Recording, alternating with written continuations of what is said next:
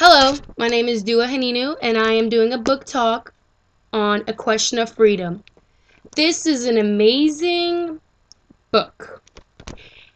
It's written by Dwayne Betts, and I'm going to read the back so I can give you guys an overview of the whole entire book before I say my input.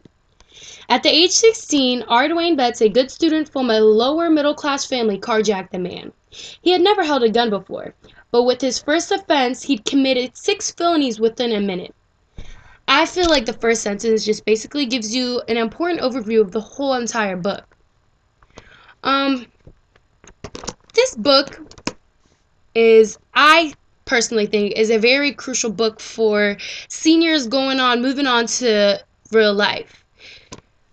Basically, in this book, Dwayne Betts, him and his friend were hanging out like any other day on a regular, hanging out at the mall any other day.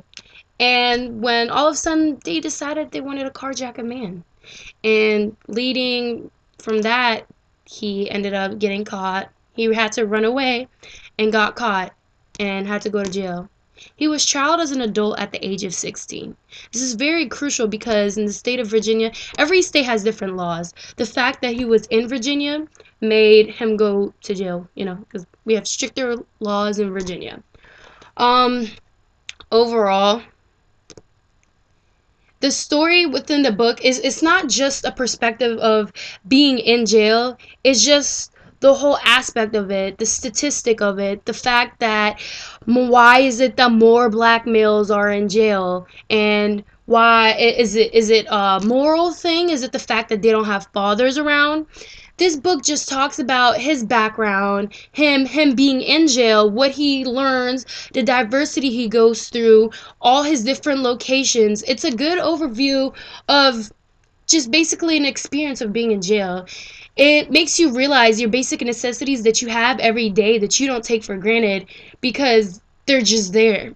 For example, fresh clothes, taking a shower, the privacy of being by yourself. It is all that juicy goodness is in this book. I personally recommend this book for every senior or every person that is about to turn 18, or not even 18, maybe freshman year, start off the year by passing around this book to kids. They need to know what it's like in the real world, that it's not always going to be easy. Little things can make a difference. Small decisions can give you 8 years in jail.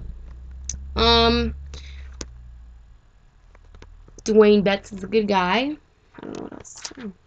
I'm gonna read one of my very good, I liked passage. Alright. The raggedy mouthed trustee who pushed carts of metal trays carrying our breakfast down the hall each morning was still asleep in his bed somewhere. The cooks who fixed up the pancakes and eggs were probably just getting up. Sleep still in their eyes. It was May 16th, 1997. My sentencing day. The deputies hadn't opened my cell door yet, but I was up. I like this part because basically he's just showing the fact that he didn't get food. He didn't receive food right away, and he still was thankful for it. He still appreciated everything. Just the fact that someone overslept, made a difference. And another part, this part is chapter 22, called Weed. I didn't believe I'd get high. We wanted to make a part of prison resemble home, so some of us waxed our cell floors. We hung up pictures on cell walls, watched reruns of Martin. We smoked weed. Newports cost $1.85 per pack. I didn't smoke, but knew the cost because Newports were currency. Each week, when I went to the commissary and filled up an orange bag with Cheetos and noodles, I also grabbed some Belows. This is just like an everyday thing. Like, people do drugs. They, do what they gotta do. The fact that they had to make the place homey, that's something you can get out of everything, Well, overall, my name is Dua, and Discussion of Freedom. Thanks.